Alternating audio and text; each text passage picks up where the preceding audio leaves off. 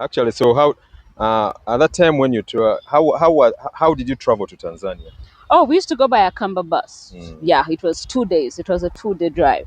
But there's something about, I know someone will hear that, wow, you traveled for 2 days, but trust me, there's something about traveling as a group. It was fun.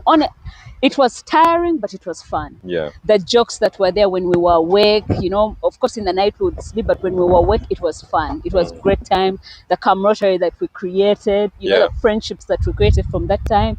Because that's when I got to know all this. That's when I got to know Karashani, Musali, the Charles White was, Duncan Mugabe. You got to know them then, Ronald Semanda. You're talking to them then. Even the girls, like, it bonded us. Yeah. Those bus rides bond you.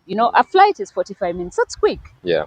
But these bus rides bond you. You get to talk, get to know more about the people. So I appreciated them more, because by the time you get to Nairobi or Tanzania, you know way more about a person than what you talk about while training. Because training, remember, we would train and you only see the person. Maybe we come at 4 up to 6. That's it, 2 hours.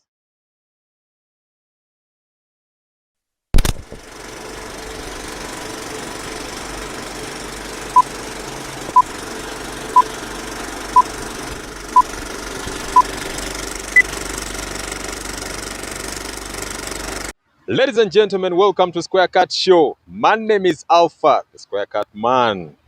It's been a pleasure seeing all of you who have been here on this show. And right about now, I'm with one of the ladies who has played for Uganda before. She has really played cricket and she was there at the peak, at her peak. So without wasting any time, ladies and gentlemen, I would like you guys to subscribe to our YouTube channel. It's called Square Cut Show. And right now we are live in Lugogo. She has really been away for more than 15 years, but we were able to get hold of her. Ladies and gentlemen, with me is Diana. Diana, you're welcome to Square Cut Show. Thank you for having me. Yeah. How have you been? I haven't been bad. It's been a minute. It has 15 years plus. It's been a long time, but it's good to be back. Okay. Yes. So, how has been yours? The hustle is everywhere. Hard in the beginning, you get used and things soften up. So it hasn't been bad. Yeah. Overall, not bad. Okay. Yes. But it's been a pleasure seeing you back. Pleasure seeing everyone. It's changes and everything, but it's really been good. How does it feel being home? Wow, it feels good. The weather is lovely. The nice food as always. Yeah. But just seeing the game, cricket game, everything, the different talent that is now brewing, it's encouraging. Mostly for the ladies. I'm not going to speak much for the men. I mean, they played the World Cup. What more can you say? But for the ladies, I hope they get there as well. And the good thing, at the foreground, we can be able to see the ladies. Yes, training hard. Yeah, with their coaches. So what I would like to find out, Diana, I would like to find out who exactly is Diana. I'm Diana Musiime. Come from a family of 5. Most of you may have known my elder brother was Michael Nwagaba. Yeah. Yeah, so that's how I got the warm or the love for the game through my brother. We used to play in DJ, used to go and watch Cricket Week, and I'm like, wow.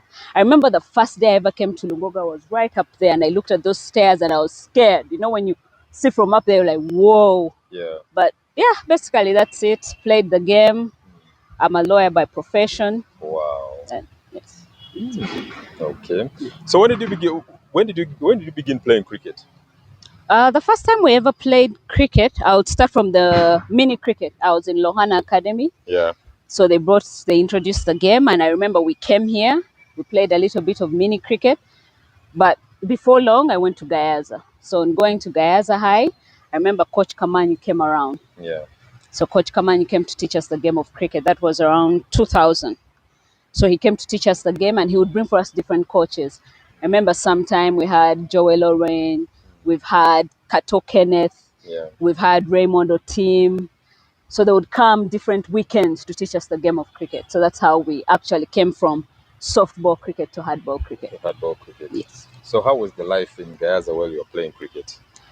But it was an outlet. When you're used to playing all these other games, cricket felt strange, and I'm like, oh, finally I get to do what my brother did. And I was too excited, because at home you'd watch the game, but when you don't understand the game because you're not playing it.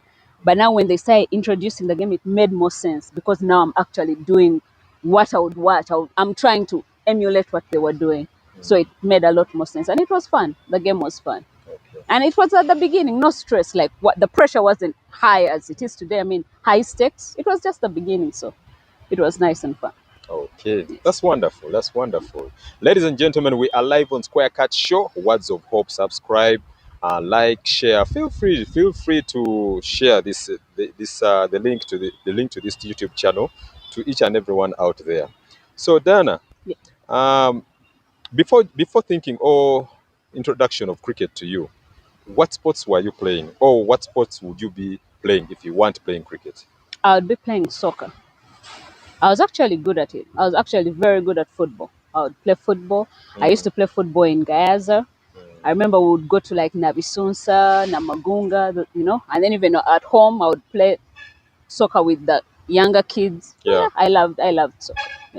Yeah. That's a sport I would have played if not cricket. Okay, Yes. that's good. That's good. So when was the first time you got into the national team of cricket, the women's? I think that was 2000. We were the first women's team, 2000. I remember they called over 20 girls, and by that time, cricket was mostly in Gayaza and Budo. Yeah. So most of the trips we used to have where we would go to Budo or Budo would come to us. Yeah. And then when we came to start the national team, we were joined by the ladies from City High. So I remember we had Christina Riemo, so with the ones we found Christina him, Ariemo, yes. Mebo, Rebecca Kwenyu. So those are the ones we found here, and we joined with the different girls from the either Budo or Gayaza. So 2000 was the first time we ever played here, women's cricket in Uganda. How was that feel joining the national team? How was that feel? How did you feel joining the national team? First, take us through that. I think when we joined the fact that we would train here, it didn't hit us. I think it hit us when we got to Kenya to actually play for Kenya. Before we went, they would give us the the tracksuits written on Uganda. I think that was after the training, and they had named the team. The first time they ever gave us the tracksuits, that's when it hit you. Oh, I'm actually going to play for Uganda, coming here as a team, and they take a picture. That is when it hit. Oh, now this is bigger than Budo and Gayaza. No, now we are representing Uganda. So we were held at a higher standard than just schools, competition. And it felt good. Like, it gave you something to look forward to every end of year. So, yeah, that was the first time. That was 2000 when we went to Kenya. Okay. Yes. Okay. And then when was that trip? When was that trip of Tanzania? Tanzania, I believe that was 2001 when we went with the under 15 boys. Yeah. So it was under 15 boys and under 18 girls. We went for a tournament. We used to have underage tournaments. Yes. So now by that time, cricket had picked up, the number had increased. So new guys like Najumba Franklin came in, so more people had come in. Barbara Mukankusi, though she didn't make the team. Yes, Stella. No, Stella came after. Stella came after, eh? I never got to play with Stella. Okay. Yes, Stella came after. So we had Joan, who later went to rugby. We had Nachito Jackie, Nachiganda Belinda. We had Martha, the late Martha, may her soul rest in peace. Yeah, Martha. Yes, Martha, the lefty. She was a very good bowler, dangerous left-hand bowler. We had Damali, we had Flavia, there was a Chikicho. So that was the team. Who is that Chikicho? I have no idea. Bakumpe Lydia. So those Ariemo, those were the guys we played with for that tournament. Yes, as well as the under 15 boys at that time, Duncan Mugabe and the likes. Yeah. Yes. Okay. I was also on the under 15. Yes, you were there. Jimmy Okello was there. Charles White, Davis Karashan was the captain, I believe. Musali, Dennis, so all those guys. So that was the first time we got a feel of, more. At first it was Kenya, Uganda, but now Tanzania came along. So it felt nice playing a different opponent than, we were used to the Mylions, Yvonne, Mashady. So now we were playing someone else, and it was good competition. It was a good tournament. Okay. Yeah. Actually, so how at that time when you how did you travel to Tanzania? Oh, we used to go by a Kamba bus. Yeah, it was 2 days. It was a 2-day drive. But there's something about, I know someone will hear that, wow, you traveled for 2 days, but trust me, there's something about traveling as a group. It was fun. It was tiring, but it was fun. Yeah. The jokes that were there when we were awake, of course in the night we would sleep, but when we were awake, it was fun. It was great time. The camaraderie that we created, the friendships that we created from that time. Because that's when I got to know all this. That's when I got to know Karashani, Musali, the Charles White was, Duncan Mugabe. You got to know them then, Ronald Semanda. You're talking to them then. Even the girls, like, it bonded us. Yeah. Those bus rides bond you. A flight is 45 minutes. That's quick. Yeah. But these bus rides bond you. You get to talk, get to know more about the people. So I appreciated them more, because by the time you get to Nairobi or Tanzania, you know way more about a person than what you talk about while training. Because training, remember, we would train and you only see the person. Maybe we come at 4 up to 6. That's it, 2 hours. Yeah. And we're not training every day. We'll probably train 2 days a week or 3 days a week. Yeah. But that bus rides, that's when people are comfortable. Now we're on a team. We get to talk more. And it was good. I liked it. I loved it. It was great. I looked forward to it. Those were the reasons why we made the team. Just even that journey to go there, the talking, the bonding. It was good times. Actually, for me, what I remember of that journey is that you, the ladies, were there for us. Remember that time we were the under 15 boys, Yes. and you are really there for us. You were like our big sisters. Yes. I remember, and you could guide us very well in some Yes. things. Some of us wouldn't understand some things, Oh, but yes. you would come to consult from you guys. It is interesting to see where all of them are. Roger Mukasa, like, to think of all those guys later grew up to play under 19 World Cups, and then Roger also went ahead to play a cricket, a senior cricket world. It is fun times to see them, how young they were and how they matured. It was fun times. Gone are the days actually with Job. I'm telling you, like, we've come from so far, Job. Oh, it was fun time. I remember, I think Job used to tease a Chikich on the bus ride. Yeah. So you're all there, everyone is nice and quiet, everyone is maybe thinking about something or trying to sleep. Yeah. And Job would come out of nowhere and maybe hit one chorus of a song and everyone would just bust out laughing. Like, he brought life to the whole journey. So when I tell you those bus rides were nice, you were there. So it was good times. Actually, I remember when we were meant to be having like dinner. Yes. You at that time, you, the girls, would come. Hey boys, Oh, they are calling us for dinner, and then yes, you would go knocking on each and everyone's room and where remember we are sleeping. And remember, where we slept? Salvation Army. Yeah, Salvation Army. The first time I got them, like, really, this is the best they could do for us. But actually, I later appreciated it. The sun that we used to use for training, our coach by then, Joel Loren, would get us up in the morning to make us run in that hot sun. You know how hot it was in Tanzania, and now you have to train in that sun, lifting your leg. And it was way harder than what we did here in Lugogo. And I'm like, really? After we had the tournament, you're now trying to make the training hard? Yeah. But yeah. Actually, remember we were young, and we could, and when you're young, you forget about anything that is bad. What you are focused on is the trip. I've left Uganda. I've passed through Kenya. Yes. Now I'm in Tanzania. Yes. I'm an international guy. It was great times. It was great times. Like, just knowing you've gone to a different country, you're seeing different people, different cultures, different languages. Yeah. It was good times. And everyone was excited at our family. Me too. Back up, everyone was. There was some pride in representing your country. Like, even all those pictures we would take with the trucks. Up to now, I still have them. Like, I look back and this one, that one. I really appreciated them, and it taught me a lot. It taught me to appreciate the little things. Someone now may say, a bus ride to Tanzania? Hell no. But when you look at it, you just appreciate the small things. It meant nothing to us. For us, what we wanted is to move. Yes, as long as I make that, even if you told me it was going to take 5 days for us to get there, I wouldn't mind. Yeah. I would just say, when are we leaving? Because remember how we used to come to Lugogo in the night? Like, probably they tell us to come midnight, or because that's the time we're traveling. Now imagine asking your parents to drive in the middle of the night, but we were too excited to even worry that we're traveling in the night or we'll come back in the night. Because remember, there's a tournament we went for. I think it was that one. I came back when my family had left for Christmas. Oh yeah, we came back on 24th. It was yes, 24th, on 24th. So my family normally would travel to Mbara for Christmas. Yeah. I remember that time I spent that Christmas with a teammate, Damali Nantes. That is where I spent my Christmas. So those things, and from that time, it bonded us, friends for life. So that's why I appreciate all these things even the more. Yeah. Where is Damali? Damali is around. Have you met her? Yes, I have. Oh, yes. That is good. So now that means that is your there's that bond. She's your Yes. sister. Yes, exactly. Oh, okay. Yes. Ladies and gentlemen, we are talking of the year 2001. Yes, 2001.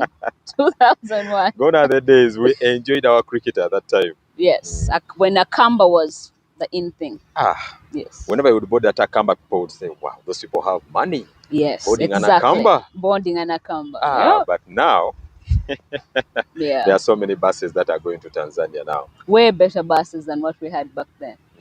But the game still remains the same. Okay. Yes. All right, let's come back to cricket. Ladies and gentlemen, stay on Square Cut Show. We are live in Kampala, Uganda. That is Lugogo Cricket Oval. We can't forget this pitch of ours. These lots of memories have been on this pitch, and it is through this pitch, from this pitch, that we were able to play for Uganda. So, Dana, Yes. for how long did you play for the national team? I didn't play for long. I think after we played a World Cup qualifier in 2002.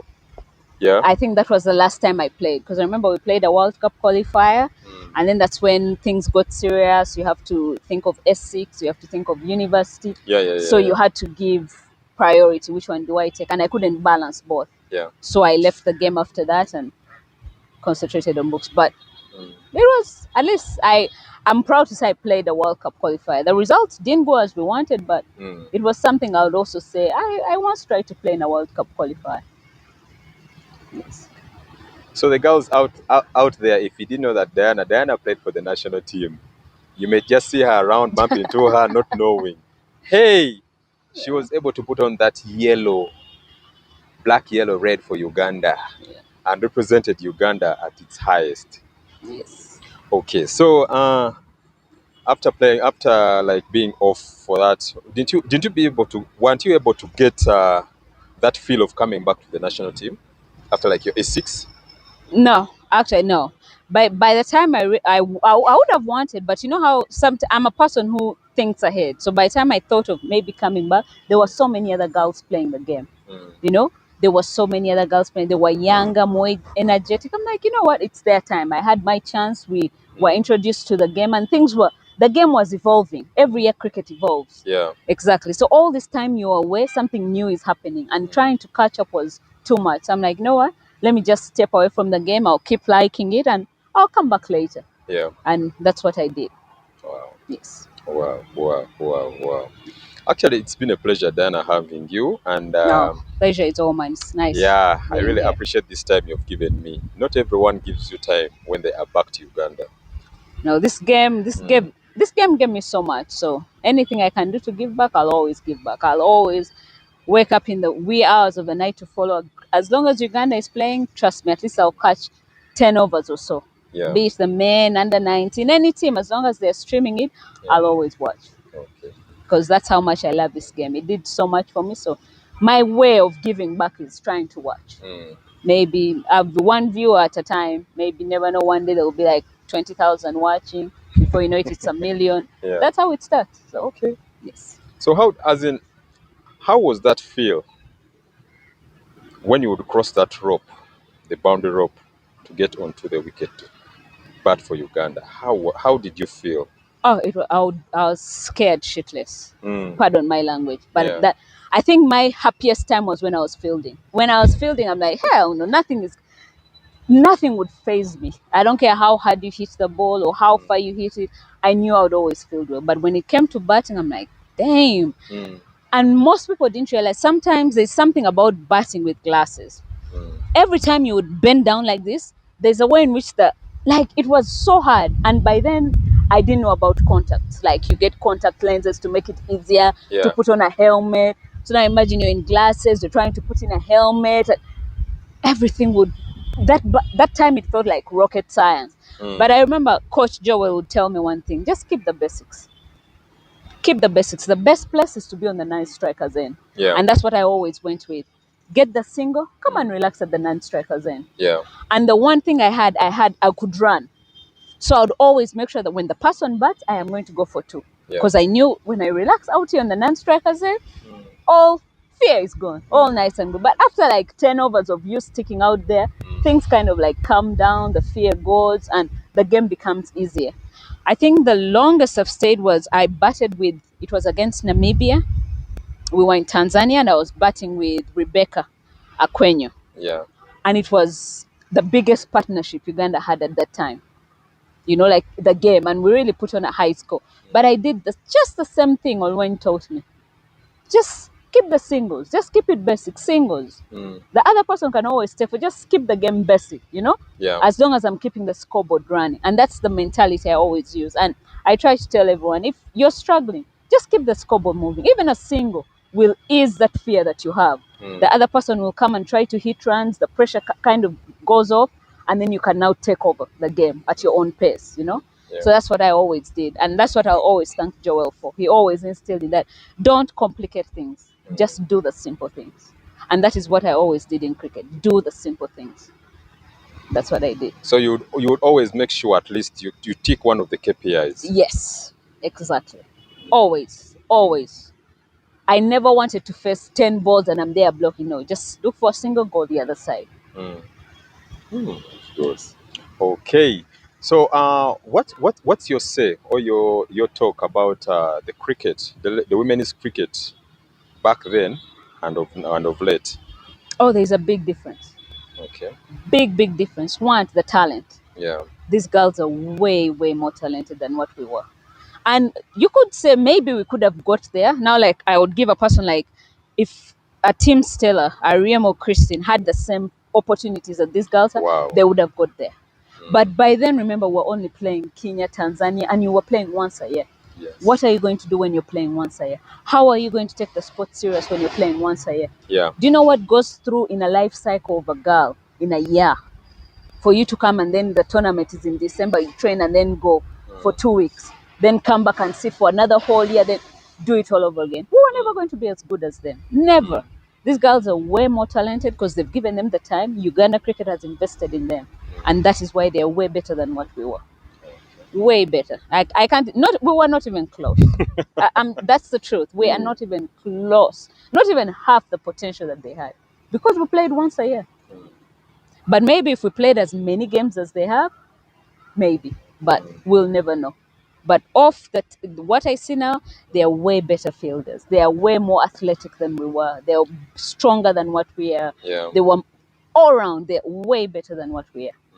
And that's why you see they keep going for globals. That's why they went to Netherlands, you know, to the global qualifiers, Abu Dhabi. Because I think you were there also in the Netherlands. Were you there in the Netherlands? No, I wasn't. I watched them. I only watched them in Zimbabwe when we unfortunately didn't make it. Yes, but that is how far they've gone. Now, for us, we never ever dreamt of we're going to play Netherlands, Namibia, Netherlands. You know, no. Ours was Nairobi, Dar es Salaam, Uganda. Yeah. And that's what every December. And using road. Yes.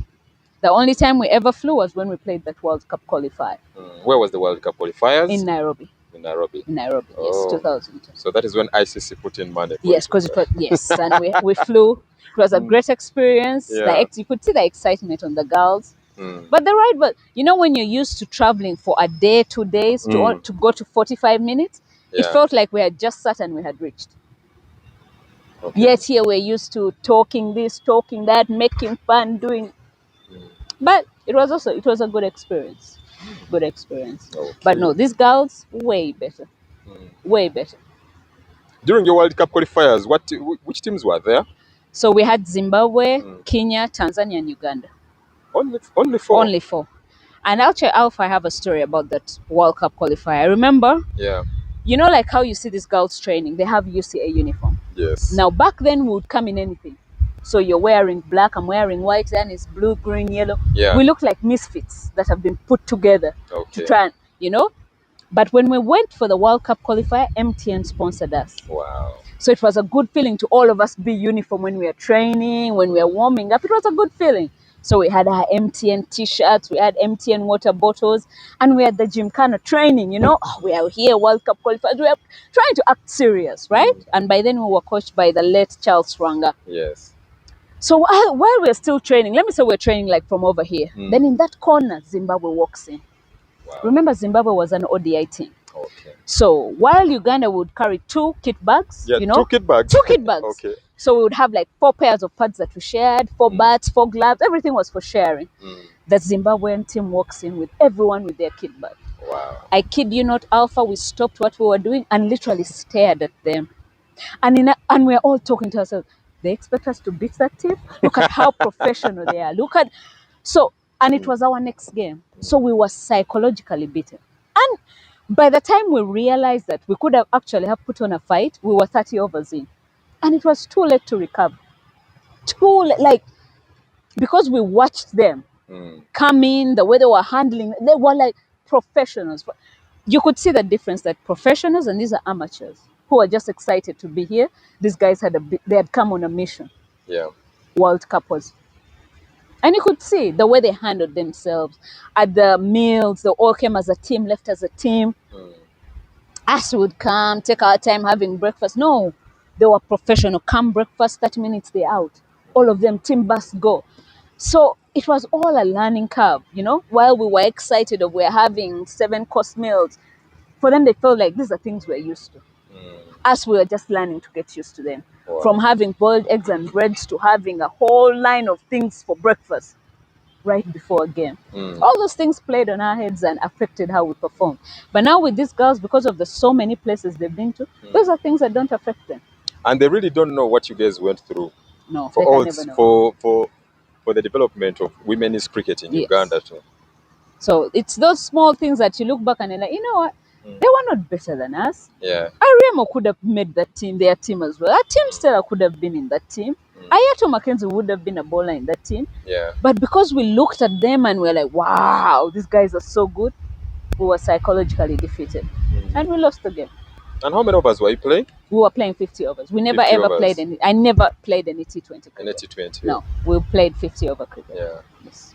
And by the way, when you tell most of the people out there, the young generation, when you tell them out that we never played like 20 overs, we were used maybe to 50, and then maybe in the schools week also playing like 25 overs. Yes. They would really take it like as it's a joke. It's a joke, exactly. You tell these girls, oh, we played this, like, huh? Because remember, by then you would come in the Uganda black, yellow, red tracks, but when we were actually playing, we used the red ball because we played in white. Yes.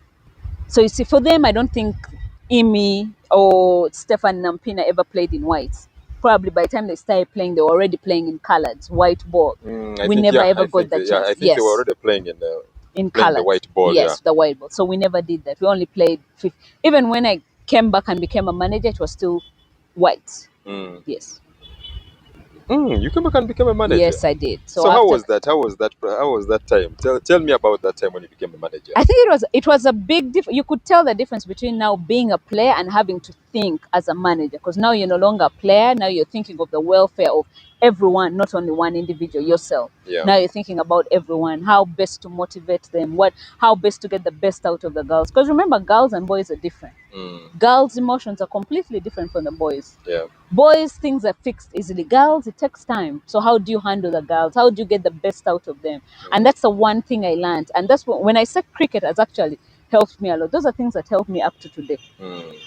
The diversity that we had, this one comes from Gayaza, Budo, City High, Ginger, all the schools. Yeah. That has actually helped me to deal, even in my day-to-day job, to deal with different people from different walks of life. Okay. And that's what I'll always appreciate with cricket, because you played with everyone from all walks of life.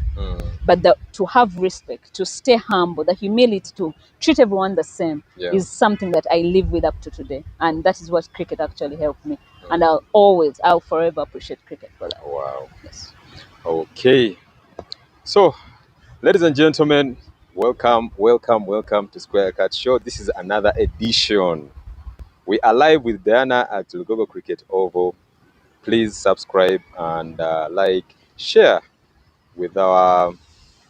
our link to any friends of yours. By the way, you are talking of Roger. He's there. Yes. Now to hear that he's a coach. Yeah. See? So from this young under 15 boy to where he is now. See? The game has done so much for so many people. And it's going to keep doing so much. So it's our responsibility. Doing so. Yes, and it's our responsibility to make sure we do that. We do right by the game. Yeah. Be it the management, whoever is in those right places to do right by the game. It is not about an individual. It's about the game, because this game is bigger than any individual. We'll all go now. I played and left, but the game still goes on. So it's the same thing. Let's not think, oh, because I'm this, I'm that, now I'm too big. No, you'll soon leave and someone else will come. But what you leave behind is what matters. What you do for people, like just like in life, it's better to be remembered as someone who helped people, who did something good for people. You know, leave a legacy that is positive. Yeah. You don't want to live and people are all talking just bad things about, oh, this or that. You know, we've all had the ramblings about what is going on in the cricket circles, but that shouldn't be happening, because this game has done so much for everyone. Everyone who has stepped foot on this cricket oval has benefited. Yeah. And it is in that same way we should make sure that it keeps doing that for other people. For a young kid in Gulu, for a young kid in Nyakasura, in Kasese, in Hoima, in Soroti, those are people we should be thinking of. That how I'm feeling now because of what the game of cricket did to me, that's the mindset we should have, that it should do the same for the next generation. Yes. But if we mishandle it, that generation is not going to have that chance. All right. So, what good have you seen with the current generation that is playing the game of cricket? The women. The positive I've seen is the talent is there. The girls, they keep improving every time. It's just about how do you squeeze out all that ounce of talent. You know, there's being talented and some, like Kevin Durant says, when you might be talented, but you don't work hard.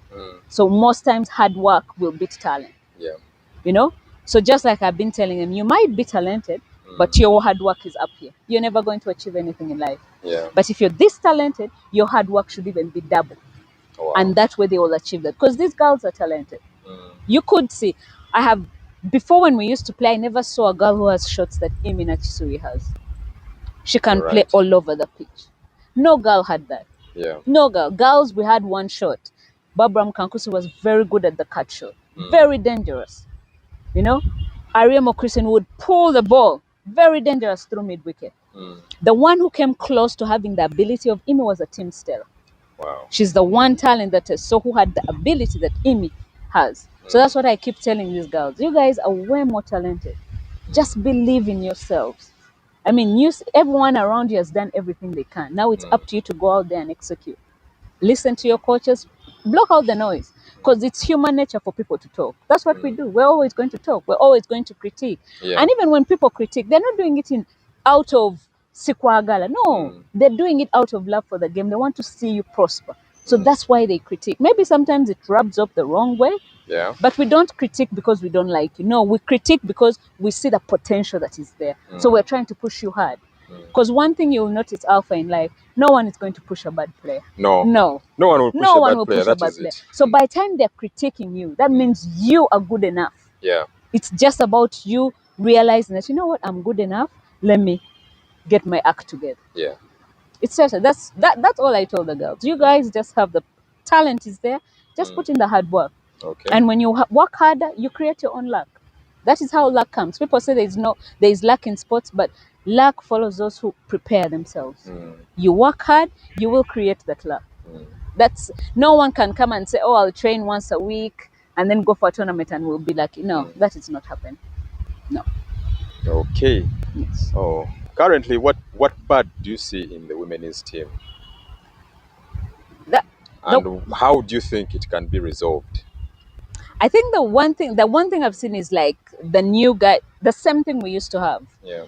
The one thing I've noticed that Uganda cricket has in regard to women is the inclusiveness. So like when you see when an upcoming player is coming, it's very hard to integrate them. Like it takes a minute to integrate them. Yet it should be oh, welcome Alpha, this is what happens, this is tours, this is what happened. Sometimes girls, they kind of like hold back of, let us be there, let those new girls be.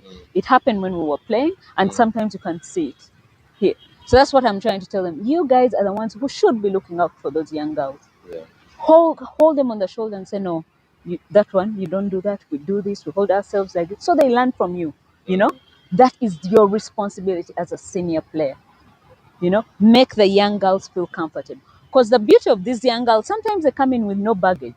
Okay. That's one thing people don't realize. When you know, like also when we started, when we used to play Kenya, we had no baggage because it was new. Yeah. You know, we are carefree, we're just playing. But the more we kept playing, now the pressure kept coming. Now Yeah. Tanzania joined, Zimbabwe joined. The pressure is piling. Yeah. That's the same pressure the likes of Imi have, Stefan Nampina have. But these young girls who are coming in, they know no better. They know nothing. This is their first time, so they have zero pressure. Put your hand over their shoulder and say, oh, this game is like this. When you have any questions, come and ask me. It will even reduce the pressure on you because now you're helping out someone. Your focus is going to be on helping the young person instead of overthinking your game. And when you overthink your game, that's when you put pressure on yourself. Yeah. But when you put that focus on helping out a young girl, it reduces the pressure on you and you go out there and perform. You know, there's a time I talked to one of the ladies who are playing Yes. currently in the national team Yes. for the Victoria Pals. She was able to tell me that Alpha, let me tell you, the truth is that there is a lot of division in the team. Yeah. You who has played for the national team before, what do you think causes that division into the women's team? They live here as the 14 players or 15 players, but literally inside, they are like divisions of 3. Different teams, and they have traveled. Yes. Yes. And you know, some of them tell you that there are some things they do on the ground, but just because the person, she doesn't want the other person. What do you think causes that? I'll speak from how we were before. We also had those same problems, but Yeah. I'll say it's because we come from different places. Now, like for us when we started, I am coming from Gayaza. We had Bodo, we had City High, so they all brought us together. Of course, naturally as girls, I'm going to go to who I know. Yeah. I will go to Lydia Bakumpe because we're from Gayaza. You know, Yeah. I may easily talk to Belinda because we're the same. I did not know Christina Riemo. You Yeah. get, and as girls, we take longer to adjust. Yeah. It's just human. Now, like that same thing as boys, you have a disagreement. Before you know it, you mend and go. For Yeah. girls, those grudges last a lifetime sometimes. So it Wow. takes us more time to be comfortable with each other. So most times I'm just comfortable with, you know what, I'm more close to Damali, Lydia, I'll stay with that, you know. I'll respect Ariemo, but I will not go and after when we're off the court, oh, Ariemo, no. You know, so that is how that is how the division started. Because everyone is in their own cocoon, you know. So then I remember Joel Oren came when we went for that under 15, under 18 girls. Yes. So he's the one who tried to break that. And he told us one thing: the moment you cross that line, you're one. I don't care where you come from, who your mother is. The moment you come here, we are one person. If you're not willing to do that, Yeah. go back and don't come back. So that's when he started just saying, oh, you know what? We're all, it's girls. We're all just playing the game. It doesn't matter who your roommate is. It's just a game. Yeah. So for me, it started registering. And this girl, it needs something like that. You know, and for a girl, you let a girl be comfortable, they'll stick to that. I'll tell you what, if you let a girl go, okay, now Diana and Lydia were friends, they'll be roommates together. You are creating the division. Yeah. So why don't we go on tour and say, Diana, you're with Ariemo? I'll be forced to talk to Ariemo. Yeah. Oh, how were you? How was you? And slowly by slowly, I'll be like, you know what? Aremo is not a bad person. Now I know her. But for as long as everything we do, get pairs, you let us get pairs with who we know. Yeah. Those divisions are never going to end. Do not let them get pairs. Say you and you together, you and even if I'm uncomfortable, this is a team. If I don't like it, I'm out. Yeah. So as long as the coaches let girls dictate what they want, then that is what is going to happen. So the coaches shouldn't let that. So when you come and say, don't let Imi and Stefan Nampina be together. No, say, Imi, go and join the other girl. You know, they already know themselves. They shouldn't be doing, you know, drills together. Let them do drills with someone else and you get to know a different person. Make them different roommates. Let them get to know different people. And that's the only way you can break all these divisions. But you let girls be, oh, these are under 19s, let them stay with under. No. And I can notice like they're under 19s and senior. Make one senior be with an under 19. Yes. That's how you're going to break the divisions. But for as long as you let seniors are there under 19s, they're never going to break.